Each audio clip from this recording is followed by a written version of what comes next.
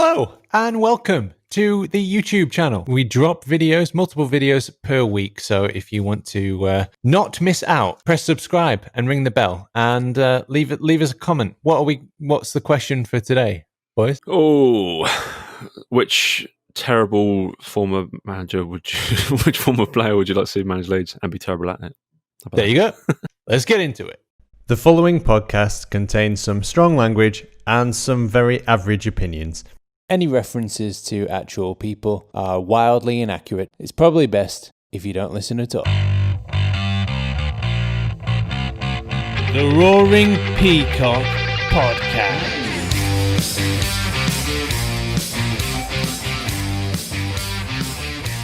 Welcome back to the Roaring Peacock main cast. This week we'll be talking about the 49ers, Fat Frank, the Newcastle preview. But first, the week began as it continued, with no first Leeds goal for 2021. Though to be fair, we didn't have a game. It was so boring, we were basically watching grass grow. Which is exactly what we were all doing. As attention turned towards matters off the pitch, which turned out to be the pitch, £300,000 was laid out for what seemed to be our only January signing. At least we bought something back from the Tottenham Hotspur Stadium, other than 0 points, some stolen cheese, and an expensive wine hangover. The under-23s game against Wolves was postponed after a pitch inspection. Given the state of Ellen Road recently, it's left us scratching our heads as to how bad this pitch could be. And for more on the under-23s, you can check out the latest Youth Pod episode focusing on Charlie Creswell and featuring under-23s LUTV commentator Tom Hill. And the 49ers have increased their stake in Leeds United to 37% with a cash injection in the region of £50 million, we're led to believe. It's understood that the renovation and expansion of Ellen Road are secondary goals to the main aim of securing Premier League status, fueling speculation of a move for a certain Rodrigo de Paul. Bielsa has stated he doesn't expect January transfers, but with a wedge of notes in the back pocket and a sexy Argentinian up for grabs, why not? Although the investment would seem to be covering the costs of the pandemic. And Elan Melier and Calvin Phillips are expected to return to the starting 11 for the trip to Newcastle, boosting hopes we might not give away goals as cheaply as Patrick Bamford gives away iPads. And in non-Leeds related news, hair-sniffing pensioner and the grandparent that hugs you weirdly, Joe Biden, was inaugurated this week. It goes to show just how bad things got under the orange monstrosity that a man who is almost certainly allegedly a nonce is celebrated universally for becoming president. While Boris Johnson, the man who literally couldn't run Have I Got News For You, stated that the government have dealt with the pandemic so well, lockdown may be extended until the summer. And coming soon, women. Because this year, male sex robots with unstoppable bionic penises are to hit the market. We don't remember that scene from Terminator. Can we title this podcast Women, please? That'll get loads of YouTube hits. Unstoppable male bionic sex robot penises. Yeah. Certainly a niche. That's a clickbait. And finally, Frank Lampard was sacked.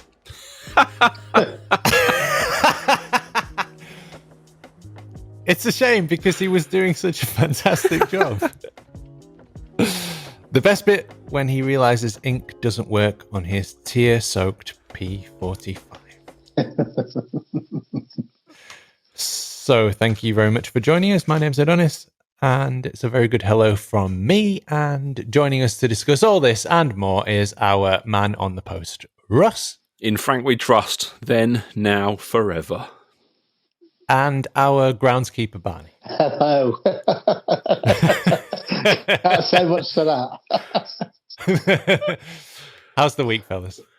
Oh, highlighted today. Waking up to that news of Lampard being sacked was just amazing. Because I'm stuck in a Reddit mega thread on Frank Lampard right now, and the mental gymnastics they're having to do it's wonderful. So many comments saying, I've been calling for this, but now I'm so devastated that he's actually been fired. Well, what? You can't have your cake and eat it. You wanted one thing, you've got your thing. Now be happy about it. Yeah, it's not like he was Wenger, is it? Fucking hell. 18 months, and they're currently, ninth in the table?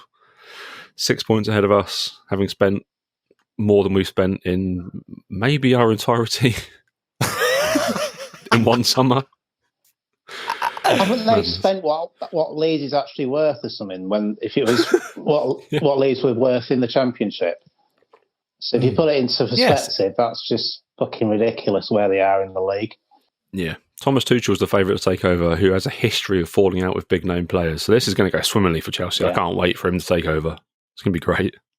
It's great that you mentioned that, Barney, because if you are interested in the price of Leeds United and how it was evaluated, how they got there, you can check out our episode with Kieran Maguire from The Price of Football, which will be in a link in the card up here, I think. Roman Abramovich has spent £110 million on manager payoffs. That's before sacking Lampard as well. That is ridiculous. 110 million? Yeah. Just on manager payoffs alone. I think they last about, on average, a season and a half, the Chelsea managers. There's no sort of longevity with any of them, or any sort of what they want to do with the club, or what they want to do with the players or the youth setup or anything. It's just constant door open, just one in, one out all the time. He's given Mourinho 31.3 million in payoffs alone. Wow. Wow. I wonder how much he got from Scum. I'm starting to like Mourinho more and more. He knows what the score is. Brilliant, though. I love it, because they're so happy to get Frank Lampard, because he knows the club and he'll make all these young players better, and now all those young players are going to go away and they're going to play all the old guys again, and they're ninth. They're 3 places above us. I sense that in one of the games, it felt like, remember Reading under Yap Sam, who just liked to pass it sideways all the time. When you watch the Chelsea side, there was no sort of identity of how they wanted to play, and the way it was just sideways football. The players didn't seem to give a fuck at all. No, they beat us because they were quicker than us. Yeah, that was essentially it. We've got a game in hand on them as well. We'd be 3 points behind them if we win against Southampton. The reaction from Chelsea fans has been quite something, and also from some neutrals as well, like Gary Lineker, for example. But I mean, this is Rory Jennings, so he's I guess you would call him an influencer. He calls himself a family man. Chelsea FC, London, Hampstead, Prince. I'm not sure what that means. Prince. Is he a big fan of Prince? Oh, he's a fan of Prince. I thought he was calling himself a prince. He's chimed in with the total lack of respect for the man that captained us to the European Cup. Did he? Is he that old? I thought it was the Champions League. Is unfathomable. He took what was essentially the youth team to the cup final. The youth team? Really?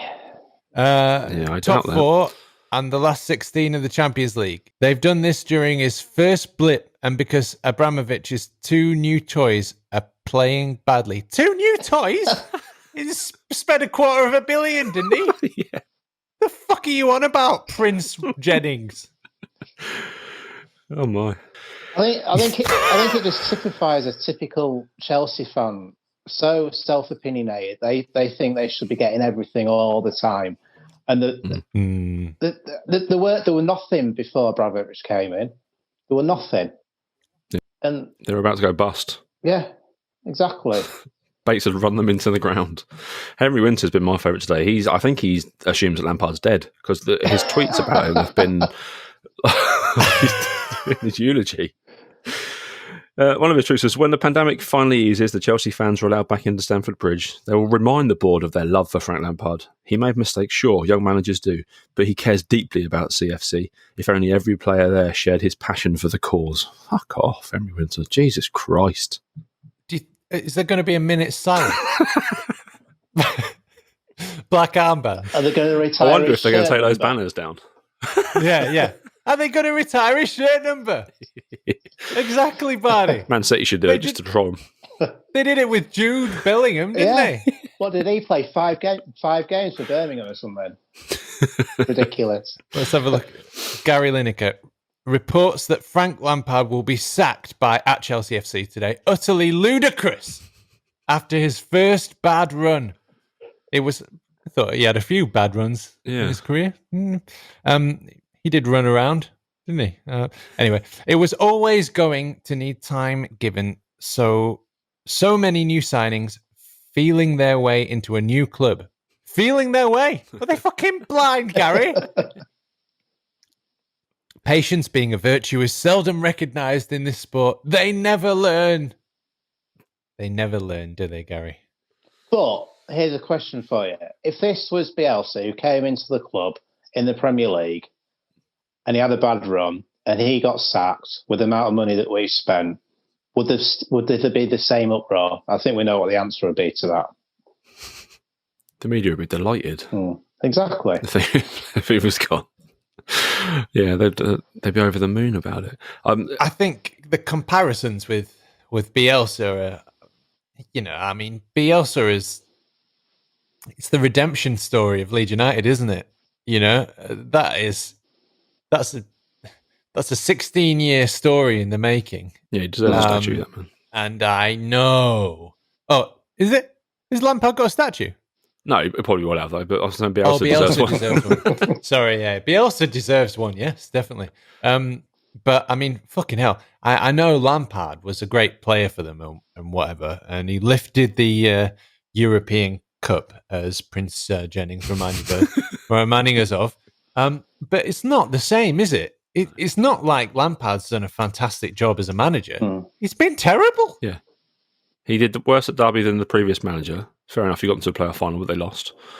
And yeah, he did worse at Chelsea last season than Sarri did the season before. Sarri won a trophy and got fired. He won the Europa League and they still fired him because they hated him.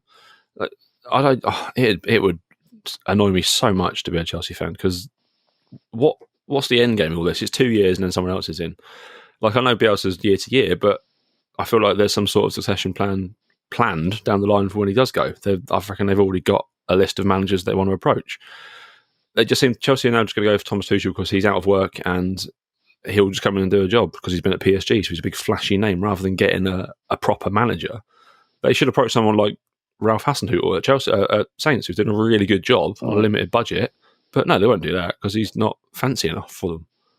And in 2 years' time, he'll be fired and it'll be on to the next one.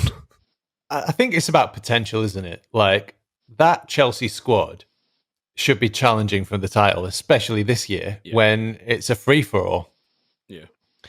And they are capable of winning the league. And they've got players like Kante, for God's sake. I think a lot of players hate him, though. Have you seen Danny Drinkwater's Instagram today? He's been sent off on loan to Turkey somewhere, but he's just posted loads of pictures of him just celebrating in various different guises because Lampard's bombed him out of there. Rudiger apparently has been talking to the board, telling that Lampard's not the man and is going to get Tuchel instead as well. I think apart from those kids that he's brought into their team, a lot of those players probably don't like him. I think there's so many things to talk about here, but just a quick word on that Prince Jennings thing and that entitlement. They've had so many superstars for so long that Prince Jennings, he's convinced, he believes it himself, that was the youth team. Yeah. They've got fucking Rudiger, they've got Kante, who's won the league title twice, they've got fucking all of these players like, oh, fuck me. Yeah. He had Willian last year, and they couldn't even beat Arsenal, who are fucking shit at the moment, in comparison. Yeah. Sorry, Barney. And I think also, just going on about the youth team, some of our youth team are England internationals.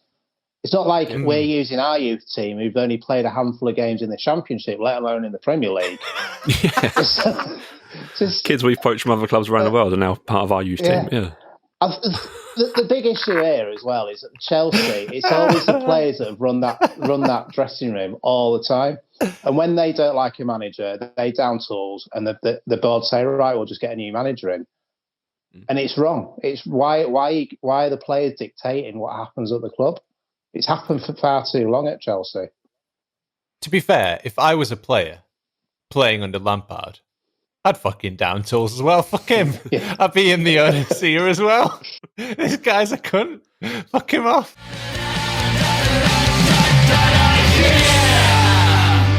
Without including this season's quarter of a billion, over the last 5 years, Chelsea spent £656 million on players. It's madness, isn't it? It's almost $1 billion if you include this summer as well. That is ludicrous. I can just imagine. Talk about the valuation of Leeds. It's 3 times the amount that Leeds is supposedly worth. That's just disgusting. I hope we never do that.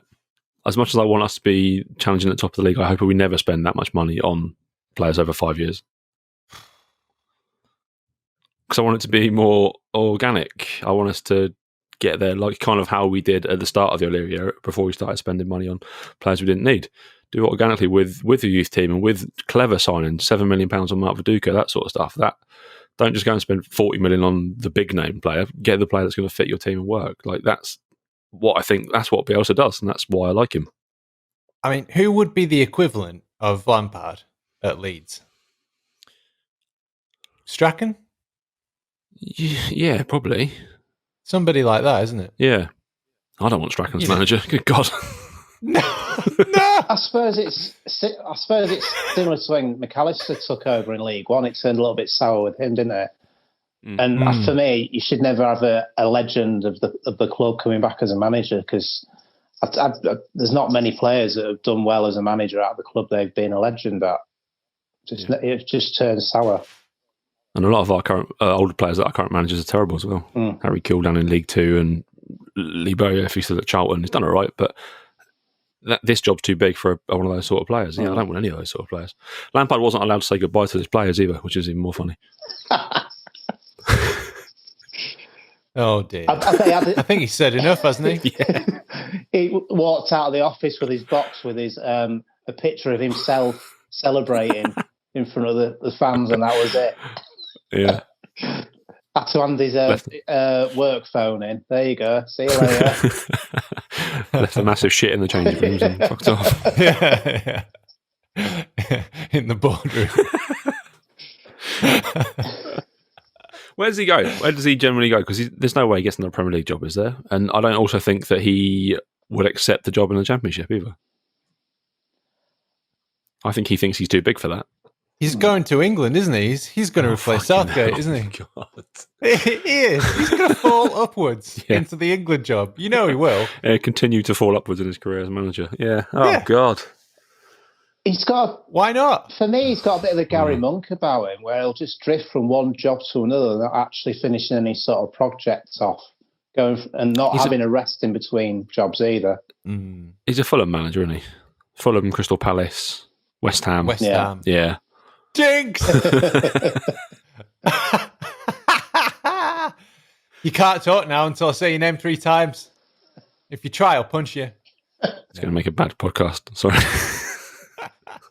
It's been a day of great news, though, hasn't it? As Leeds fans, we got that, and then a couple of hours later, we had the new 49ers investment deal. What a day this has been so far! Fantastic day, isn't it? If we batter Newcastle tomorrow, this has been a great week. Already, it's only Monday. Yeah, exactly. It's already better than last week. Yeah. Ended with fucking scum beating Liverpool. Yeah. Bastards. So maybe let's move on to the 49ers then. We talked way too long about Fragile Frank. Yeah, sorry, Leeds fans, but it's funny, isn't it? Yeah. It's so funny. Like that's the thing that it was like a juicy steak sitting in front of us, just talking about Fat Frank. We just fucking bite into it. So the 49ers, what do we know about that? 50 mil. Rads retains more than 60%.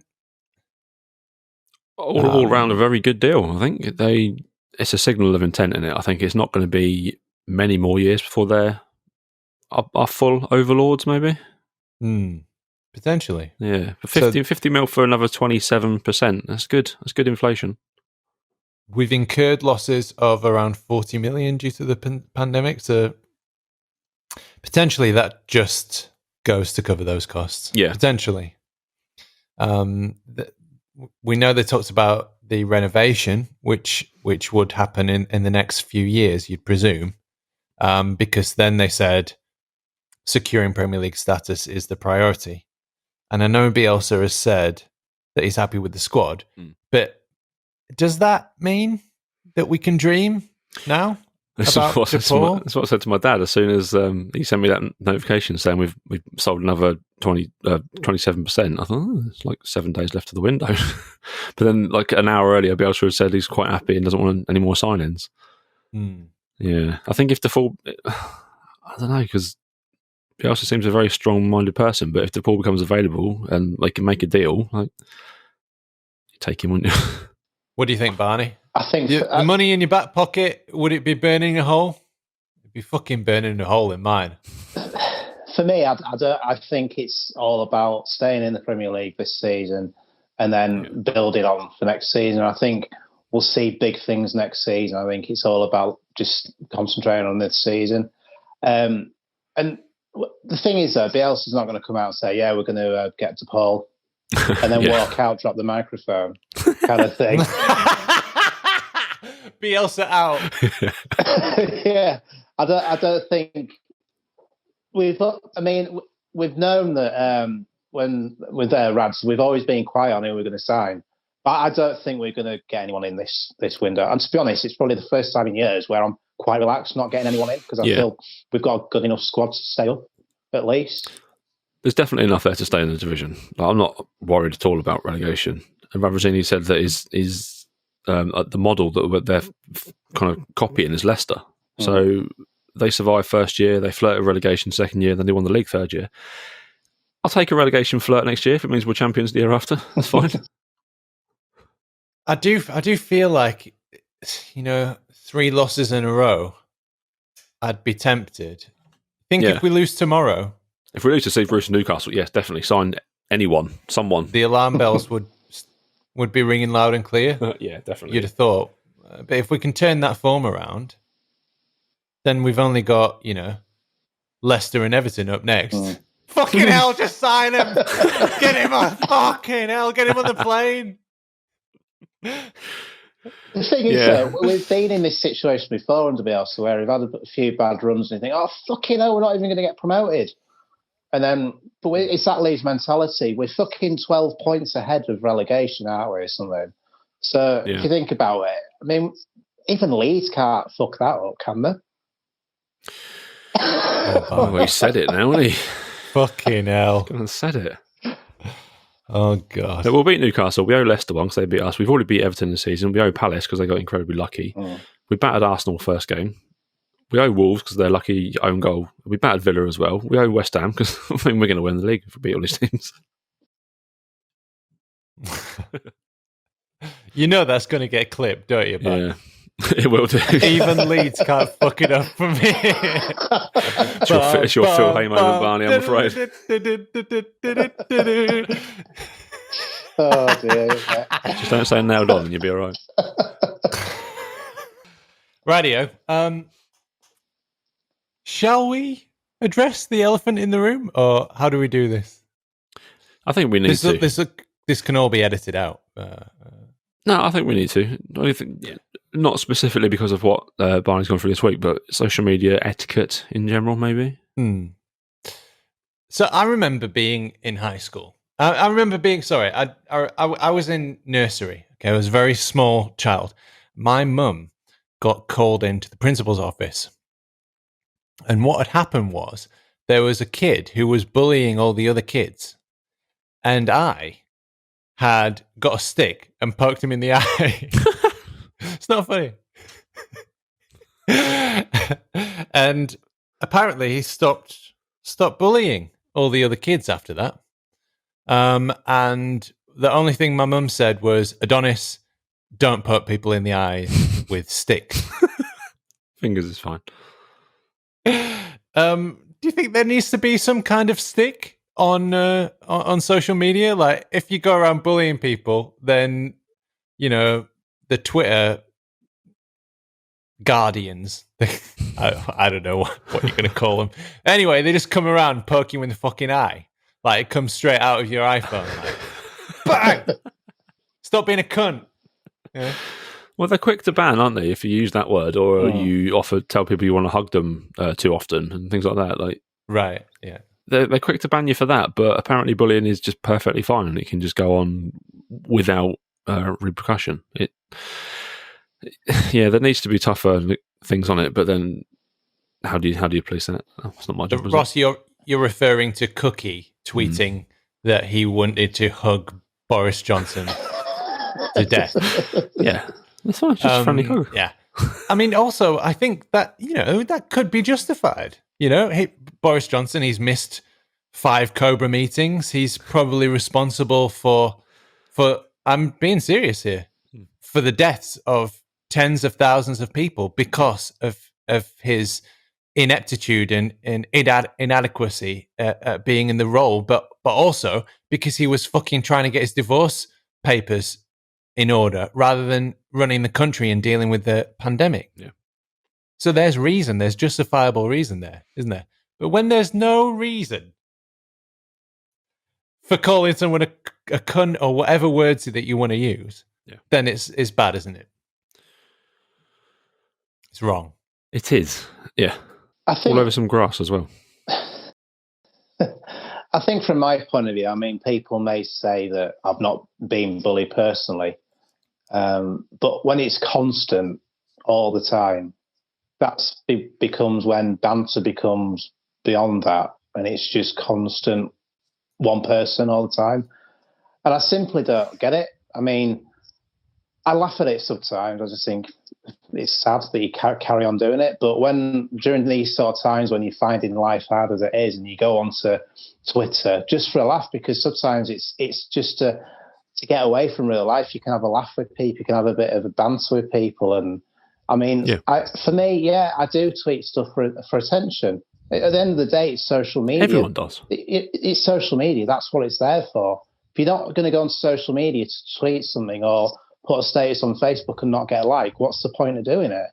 Exactly. And it does. And I know it's ridiculous, but when you do get a few likes on a tweet, you do feel good about yourself. And I know it's ridiculous. I know it's ridiculous to think that, but it's little things like that keep you going during these sort of times when you can't go out and meet your friends. You can't see your mum and give her a hug because you miss her. And I know it sounds ridiculous, but those little things you fucking miss at the moment. It's really fucking hard. It's such a meme to say that needing attention is bad or weak or soft, something like that, or that it's unmanly to be sensitive or have feelings. We're not fucking robots. We're human beings. Yeah, exactly. Yeah. Like, I had a really, really shit end to last year. Lots of personal things happened, but the fact that social media and having groups of friends to talk to really, really helped. Like I didn't reach out and ask for help, but just having an outlet to talk to people, it's the best thing you can have in this time where you can't go and see your family and you're just stuck in your houses. See, I actually think that the people who kind of deny that like kind of put on this macho thing and deny that they have feelings or they ever get sensitive about anything or that being sensitive about something is somehow weak, I think they're the ones that actually just can't admit it to themselves, and they've put up this mask, this barrier, and that's so fucking strong in order to cover their own shit up because they can't deal with it. And I think it's difficult for everybody, but there are things like Andy's Man's Club and all of these places where you can go and you can talk to people if you need to. Yeah. And talking about this stuff is not ancient, No. This is only very recently that men have started to have the strength and courage to come out into the community and say, I have feelings, actually. Yeah. And then, of course, all of these other men are like, oh, who's weak? Oh, blah, blah, blah. Because that's the when you look at fucking apes, that's exactly how they act. It's the alpha males who go around probably not able to use tools in the same way that maybe some of the beta males are able to. They go around stomping around and smashing other people. In order to try and assert their dominance within the hierarchy of the society, the mini society between the males. So that's what it's all about. So if you are calling people names for no reason on Twitter, just shut the fuck up. And my DMs are open. You can come and talk to me if you need to, and I'll try and explain it to you in a way that you can understand. Okay. You can tell that I got very angry about that. I don't like bullying. Okay? I never have. It's not big, it's not clever. When I was 5, I was poking people in the fucking eyes with sticks. Okay, don't fuck with me. Is that where the saying comes from? Eye for an eye? Oh, maybe. Yeah. I don't think I can take credit for that.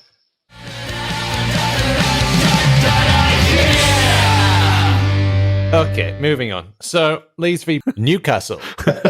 We need to get a result here, don't we? Three losses in a row. I don't think we can afford to lose again, can we? No, and we won't, because Newcastle are fucking dog shit. They're the worst team I've seen this season. Sheffield United may have 5 points, but they're a better team than Newcastle are, because they at least tried to score goals. Newcastle seemingly don't try. Steve Bruce doesn't care. They've stopped communications with media today as well. Have you seen that? Very Ken Bates-esque. Not allowed newspapers or local radio into St James's Park. Wow, that's not a sign at all, is it? It's very Ken Bates era, banning the YUP and the BBC. Yeah. It was difficult, nigh on impossible, to get anyone onto the podcast to talk about perspective. As you long-time listeners may know, we do match previews with the opposition podcasters or fans. I was messaging them; they were either unavailable or they're ghosting me, and I think it's a bit of a shit show, isn't it? At the moment, we've been there, haven't we? So yeah.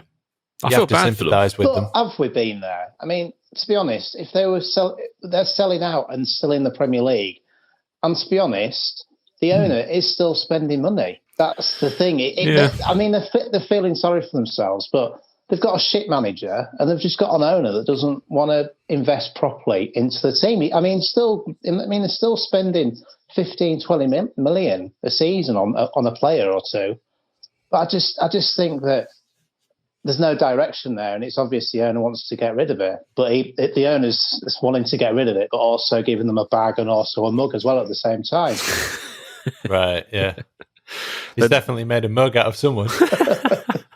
He's doing just enough, isn't he, to keep them in the league most years. Like, they've been down a couple of times, but yeah, I mean, Steve Bruce said today that he will never shy away, and then he refused to take questions from newspapers. So, I mean... The owner treats it as a business, doesn't he? So he takes the money out of it. He runs it to make a profit, doesn't he? I think that's their issue. That's the problem. This is quite a good tweet from a Newcastle fan. So quickly, he said that sacking Steve Bruce and paying him 1.5 for ending his contract early would be among the best investments Mike Ashley has ever made. It will save him 300 million in the long term. They were bad. They still managed to score 2 goals against us somehow. Yeah. As soon as we got that third, though, you could physically see them give up. And they thought, well, fuck this, that's game over now. We've scored 2. What more do you want from us? Yeah, we basically walked in the last 2. Oh, was one of those Harrisons? Yes. Yeah. I think that's a stretch to call that walked in, to be fair. To be fair to him. I think it was also the fitness as well, because within like 45 minutes, first half, they looked absolutely knackered playing against us. And at the end of the game, they were on the floor. Like they'd won the game, put loads of effort in, but they just looked really unfit. Really unfit. Yep. They have played recently, haven't they? They've played Saturday, was it? They played very recently, yeah. I think they lost 2-0. Am I right? They played, Villa on Saturday. So, yeah, they lost 2-0. My Villa supporting friend said they were the worst team he's ever seen play Aston Villa. Right, yeah. And that's how it felt when we saw them as well. Worst team we'd seen this season. Yeah, and we were saying that to someone, and they've said, "But haven't you seen have you played Sheffield United yet?" Yes, yeah, we played Sheffield United. They were good. It fucking took 2 Melier absolute had wonder to turn saves, didn't it? Nigel Martin, fucking hell. Yeah, Steve Bruce has already confirmed that St Maximin can't play against us because he's still recovering from COVID. So he's their best player, and he can't play. That's good for us. Right. Helpful. And the way they played the way they played against Sheffield United, it was as if Sheffield United were in the top 6. They were absolutely awful. They were all over the place. Yeah. I'm trying to find their last win. I'm scrolling back a long way. West Brom on the 12th of December. Okay. West Brom, who were also equally terrible at the time. Yeah. I think that may have been before Allardyce was appointed, actually. So, yeah, there's a... So normally we do the pre-match predictions. Obviously, it's usually against opposition. Mm. Which one of you wants to pretend to be a Geordie? Yeah, I'll do it. Go on. Okay. Can you do a Geordie accent? Why, aye, man?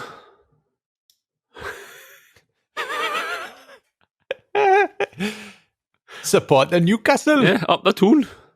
That's about it. Okay. So the last one, we lost 1-0, didn't we? Oh, there were lots of minus points. I'll have to figure that out. Right.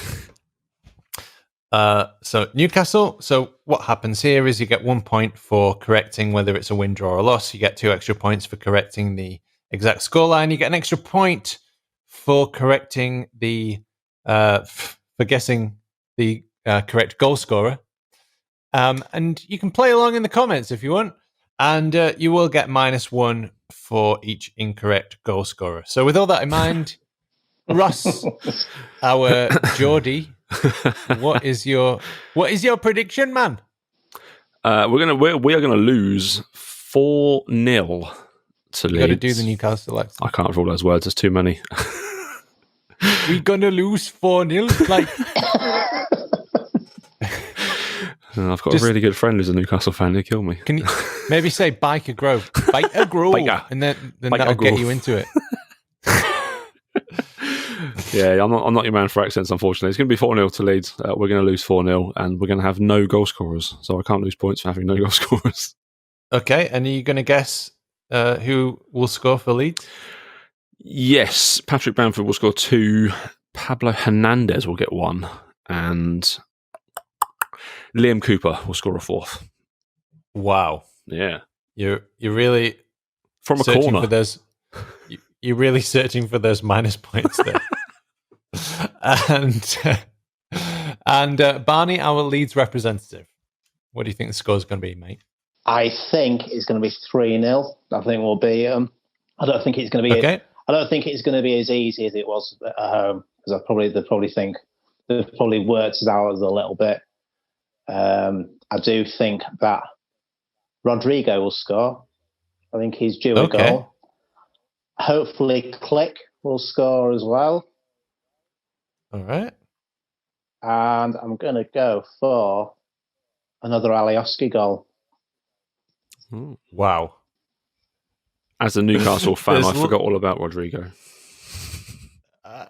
This either could go fantastically, or there's going to be lots of minus points. I'm not sure anyone's worked out how to play this game yet. Oh dear. Okay. So that's it. That's all the talking points. Do we have anything else? You want to talk about the nonce across the pond? Nah, he's all right. No? We'll leave him until he does something terrible in office. Yeah, he Shouldn't seems take to long. be doing okay, doesn't he? Yeah. He hasn't sniffed any children on camera that I've seen in the last week. He's too busy reversing all those fucking things. weird, that, isn't it? It is, yeah. Yeah. It's very weird. He's reversed all of Trump's decisions quite quickly, so It's a good start. that's a bonus. Yeah. He's not able Good to, for you, America. He's not able to sniff children at the moment, though, because he's told everyone to wear a mask. Yeah. So it's probably a little bit harder to sniff. Right. Well, some breaking news for Jody Morris is also leaving Chelsea, as if he thought he was going to stay on and get the job. Jody Morris. Yeah. What was he? Frank's assistant. Yeah. Was he? Yeah. Fucking hell. I love that we still can't talk about why he was sacked from Leeds. Mixed messages there, isn't it? Well, he was sacked this afternoon. Him and Lampard. Fucking hell. Yeah. No wonder it was a toxic environment in that dressing room. Jesus fucking Christ. you'd cross the road to avoid those two, wouldn't you? Fucking hell. Yeah. The thing is, we're not allowed to talk about why he was sacked from Leeds, are we? You can imagine what is there a reason why? The training pit. There is a reason why. Was he snorting lines off a hooker's tits or something? What was he doing? Probably worse. Just go and just have a search for it. You'll find it on Instagram, on the internet. It's there. I didn't know. Why was Jody Morris sacked from Leeds? Yeah. Morris suspended by Leeds United. There are stories. Okay. Over the alleged rape of a 20-year-old woman in Yorkshire on Monday night. Yeah. He's a rapist. He's a rapist. Yeah. Oh, what a duo! Wow. The nonce and the rapist. What a podcast title! What a combination. That's a powerful management duo. Allegedly. Don't do any sort of artwork for that one. Oh God. I mean, it just gets worse and worse, doesn't it? The more that you hear about them. Just dig into that bear, yeah. I like that was only an hour ago though. So Frank's been fired since this morning, and Jody's been sat in his office thinking, "Oh, maybe they'll hire me." Maybe, just maybe. Well, no one's told him. They forgot about him. Oh, he's been on the phone to Abramovich saying, "All right, boss, look, I can do this. I can do this. I kept telling Frank we need to play 3 at the back. I told him." He's a cunt, isn't he? Yeah, massive. Potentially maybe a rapist. Yeah, probably worse than Frank, to be honest.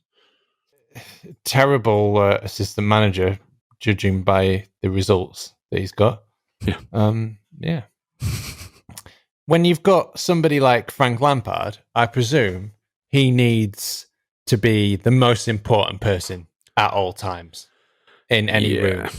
And I get the feeling that's why he's picked somebody like Jody Morris to be his assistant, so he can just sort of give him shit all the time and make himself look good. That seems like a Frank Lampard type thing to do. Definitely. Jody took the worst, didn't he? He took the beatings after every game. It's Jody's fault. It's his fault we lost. He told me to play you up front.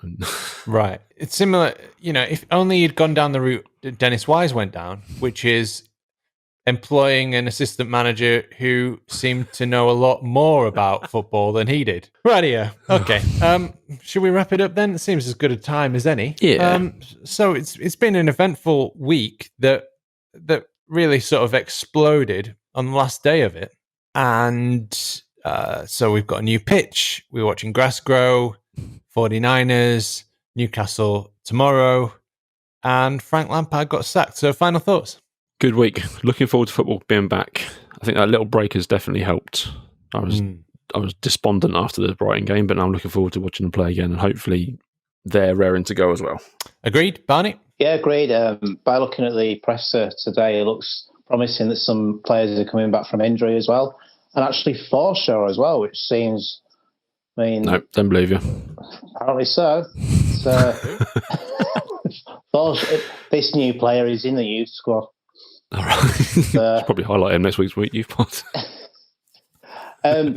Promising youngster, unknown youngster. 30-year-old Forshaw. I saw Bradley's back in training as well, actually. Fucking yes. That's piqued my interest, let's say. I didn't know we were through to the semis.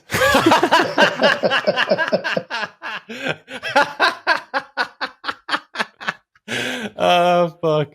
Yes, that's me laughing at my own joke. That's the podcast we are. Don't worry about it. Okay, any more?